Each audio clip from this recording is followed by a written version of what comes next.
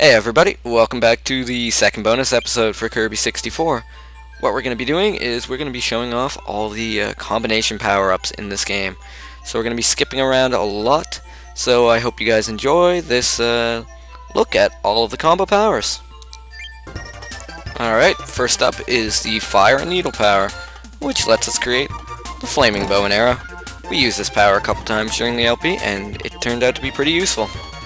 Alright, the Fire Sword.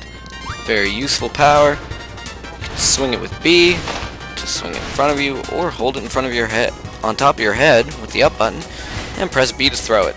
Nice useful power that we didn't use too much during the LP. Okay, this combination power-up is Fire and Fire. I don't recall ever actually showing this off. Just an upgraded version of what the regular Fire power does, except this turns us into a Phoenix, a veritable force of destruction. The Fireworks power. Very destructive and very fun to use, and just brings out a feeling of happiness in whoever uses it, I think. Next up, the Volcano power. Fire and Stone. Had to use this to get ourselves a Crystal Shard or two this during the game. One of my favorite powers. With this power around, sparks are sure to fly. Fire and Electric combine to give us the Fire Starter power, which, even though we lose control of Kirby, it's still pretty cool. And our final power involving fire is the Fire and Ice power, which turns us into a melting ice cube. You can kill things with the flame and the steam, but all in all, it's one of the probably most useless power-ups in the game. Bomb and Electric gives us the Light Bulb power, which we had to use to get a Crystal Shard earlier in the game, actually. But since then, we hadn't seen it ever again. Electric and Ice give us the Refrigerator power, which allows us to throw food at our enemies, which damages them, but also helps us to heal.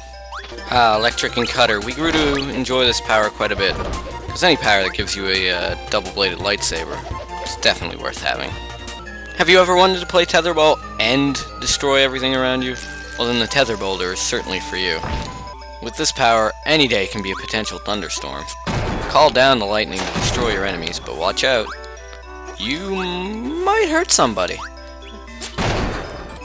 Combining Electric with itself creates a deadly force field for Kirby that will destroy any enemy that steps into its boundary.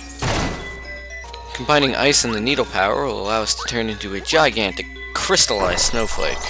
But unlike real snowflakes, the design's going to be the same every time. Ice and Rock allows you to turn into a curling stone.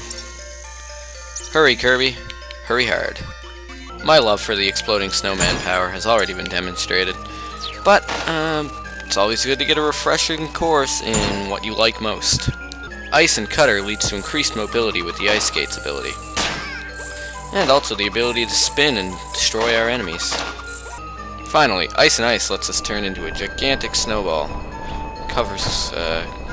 Gets larger as it covers ground and apparently absorbs any enemy it comes into contact with. Bomb and Cutter give us one of our favorite powers, not only for the destructive nature, but also the incredible range. Bomb and Rock give us the incredibly destructive power of Dynamite. Make sure to get that helmet on in time, or you're going to take some damage yourself. If you don't feel like aiming, this is the ability for you. Homing missiles. A nice little addition to any Pink Puffball's arsenal. Taking on your enemy's form is fun, especially when it also lets you become explosive and dangerous. Needle and Rock give us the Power Drill ability, which came in handy a couple times during the game to get ourselves some Crystal Shards, and just stands as a really awesome power-up. Needle and Needle, when you can't get enough pointy things. Needle and Cutter. When the producers of this game got a little bit too demented for anybody's good. Rock and Cutter give us the Rock Friends ability, turning us into friends from Kirby's Dream Land 3. We've got Rick the Hamster. We've got Choo Choo. We've got Pitch, the little bird. We've got Nago the cat. We have Rick again. We have Choo Choo again. We've got Kind the fish, who can't do anything. And we've got Coo the Owl. Rock and Rock. Like normal Rock Kirby. Just a little bit bigger. And finally, Cutter and Cutter. A power so repulsively useless that it makes it into this video on a technicality. That technicality, at least it's better than regular Cutter. And so concludes our tour of all the combination power-ups that you can get in Kirby 64 The Crystal Shards. Thanks for watching this little bonus episode. This is going to be the last we see of Kirby 64. Hope you guys enjoyed it. I know I did.